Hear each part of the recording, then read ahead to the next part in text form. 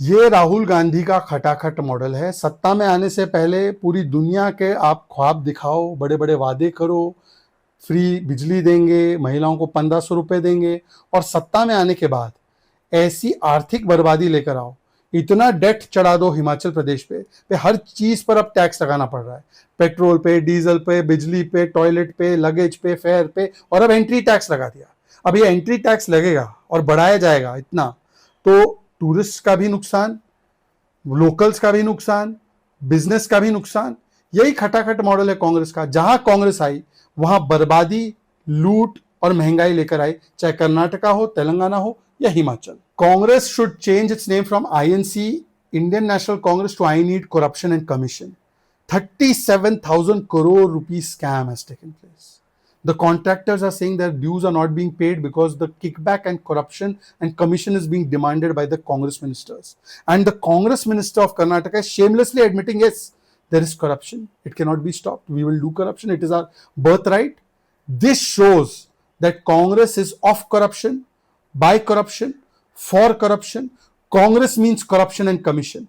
And therefore, in Karnataka, we have seen Muda scam, Valmiki scam, land scam, CA land allotment scam, Waqf scam, and now contractor scam. And all this scam money is going to the central high command of Congress. Therefore, they are also quiet about it. This is the most corrupt government in the world. INC का मतलब बन चुका है अब Indian National Congress नहीं, आई need corruption and commission.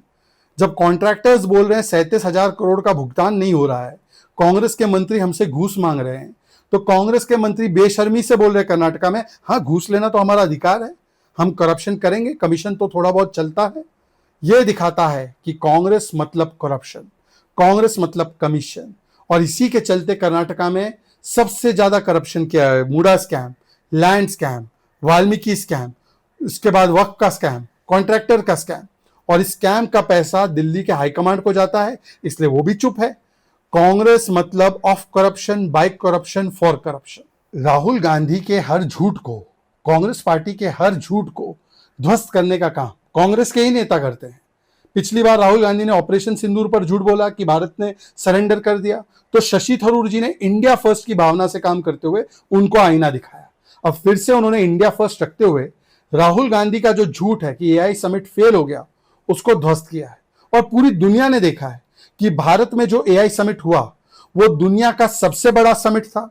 उसमें 20 से अधिक राष्ट्रीय अध्यक्ष आए, उसमें 100 से अधिक कंट्रीज का पार्टिसिपेशन हुआ, उसमें हर बड़ी टेक कंपनी थी, क्या गूगल, क्या ऑल्टमैन, क्या एआई की ओपन एआई, सारी कंपनीज थी।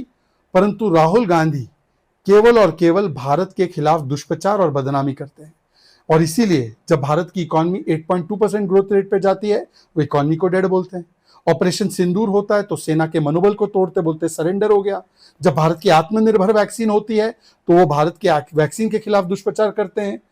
आज एआई का मतलब राहुल गांधी के लिए बन चुका है एंटी इंडिया एजेंडा।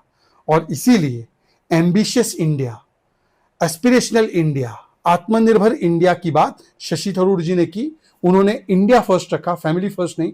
अब पता नहीं कि शशि थरूर के खिलाफ कब फतवा जारी हो जाए कांग्रेस पार्टी से। राहुल गांधी एलओपी का मतलब समझते हैं leader of propaganda. Rahul Gandhi सबसे ज्यादा झूठे व्यक्ति हैं। वो झूठ और दुष्प्रचार फैलाते हैं। वो सुप्रीम कोर्ट सर्टिफाइड लायर है। अब हाल ही में उन्होंने कहा नरवणे जी का इस्तेमाल करते हुए कि भाई हमारी दिल्ली की साइज की जमीन चाइना को चली गई। हालांकि उनके परिवार का इतिहास अक्साई चीन को लेकर, कच्चा तीवू को लेकर सब जानते हैं, परंतु ये झूठ है। आज नरवणे जी ने फिर से क्लैरिफाई किया कि 1 इंच जमीन नहीं गई चाइना। अब नरवणे जी सही बोल रहे हैं या राहुल गांधी? और राहुल गांधी तो उन्हीं की किताब का हवाला दे रहे थे, कह रहे थे नरवणे जी की किताब पब्लिश हो गई। नरवणे जी ने वो भी फैक्ट चेक किया है और बताया कि कोई किताब पब्लिश नहीं हुई है। और कैरावैन ऑफ लाइज ऐसी मैगजीन्स पर एतबार नहीं किया जा सकता। पर राहुल गांधी एक अनपब्लिश्ड बुक के आधार पर, एक फेक मैगजीन के आधार पर भारत की सेना के मनोबल को तोड़ने के लिए पार्लियामेंट में जिस प्रकार का कृत्य कर रहे थे, पार्लियामेंट को बंधक बनाया। अब राहुल गांधी को इस क्लैरिफिकेशन के बाद, इस स्टेटमेंट के बाद माफी भी मांगनी चाहिए। और ये राहुल गांधी का चरित्र बन चुका है। वो बोलते हैं सेना की पिटाई हुई तो सुप्रीम कोर्ट बोलता है ये झूठ है।